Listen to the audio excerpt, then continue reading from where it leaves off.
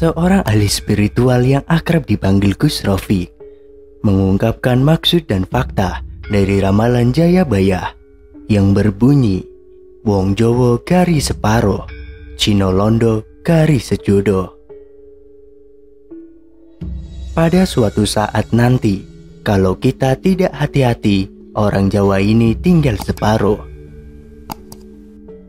Manusia kan ada unsur dohir batinnya.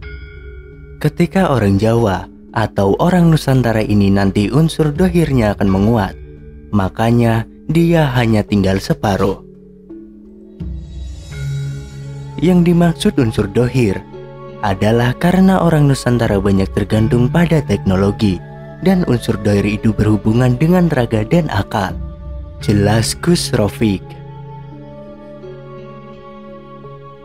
Gus Rofik juga menjelaskan, kalau di saat nanti kita terjebak oleh unsur dohir ya ini, Wong Londo sudah mencuri ilmu dari orang Nusantara ini. Mereka, Wong Londo, masih satu jodoh. Dohir batin mereka mulai mengolah seperti itu.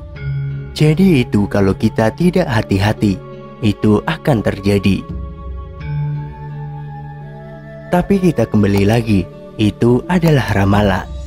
Ramalan itu bisa menjadi suatu petuah yang harus kita hati-hati supaya itu tidak terjadi. Atau emang ramalan itu bakal terjadi nantinya, jelas Gus Rofik. Jadi, Wong Jowo kari separuh, itu hilang separuh. Jadi yang hilang itu unsur batiniah yang selalu dekat dengan Tuhan. Nanti ketutup oleh unsur-unsur dohir, akhirnya tinggal separuh karena hilang separuh dari itu tadi, ujarnya. Gus Rofik menjelaskan kalau yang hilang tinggal separuh itu bukan penduduk atau orang-orang Nusantara ini. Berbagai sifat keji kehidupan seolah tak selalu menjadi bayang-bayang menakutkan bagi umat manusia. Banjir darah menjadi sebuah gambaran yang lazim, hingga hilangnya nyawa seakan menyayat kolbu tanpa menundukkan kepala. Ramalan Jayabaya yang ketujuh adalah tikus putih Hongko Baris, yang artinya rakyat kecil akan bersatu menghancurkan kezaliman pemerintahan negara.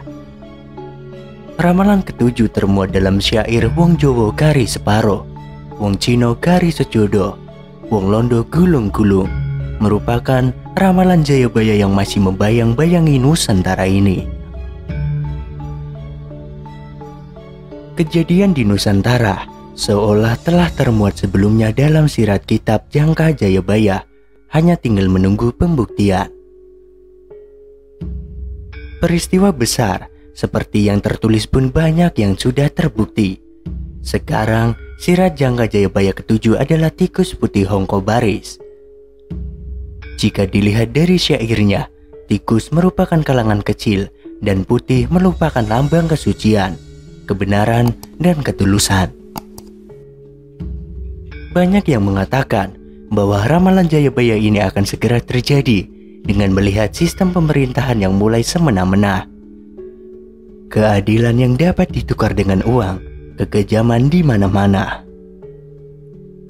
Hal tersebut diartikan rakyat kecil akan bersatu, bersama-sama merobohkan kekuasaan yang dirasa tidak adil. Akankah kejadian ini benar terjadi? Semua kembali kepada Allah.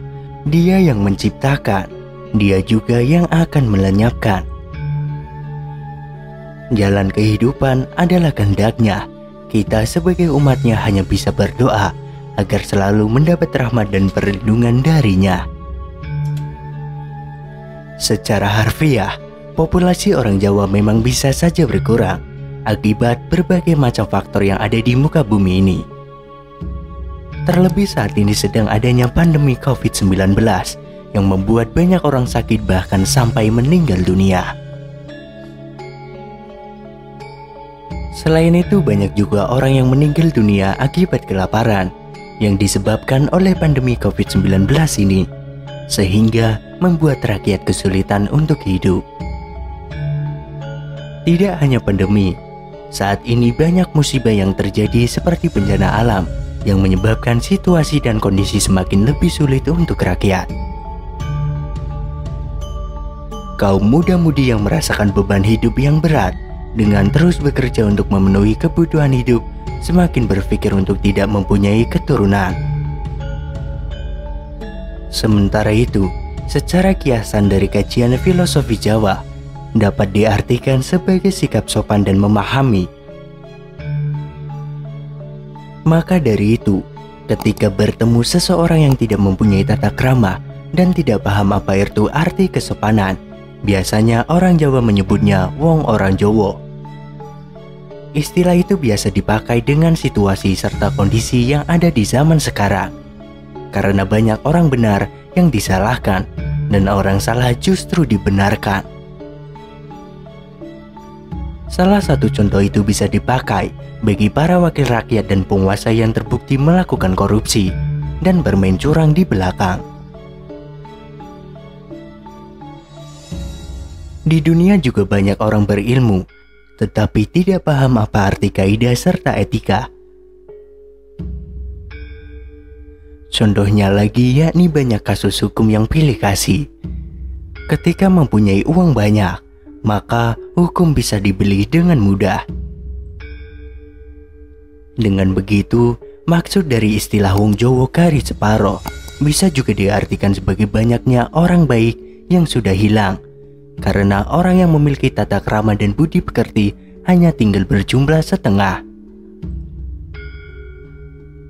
Secara makna kiasan, ramalan Prabu Jayabaya ke-7 ini memang sudah lama terjadi ke depannya. Hal-hal buruk lain bukan tidak mungkin akan terjadi. Maka dari itu, sebagai orang Jawa, wong Jowo ojo nganti ilang Jowone. Itu merupakan sebuah pepatah Jawa.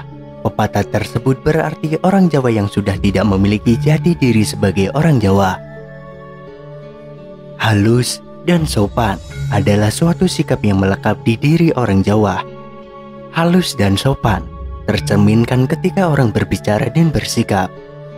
Orang Jawa zaman dahulu ketika berbicara halus dan penuh tata krama.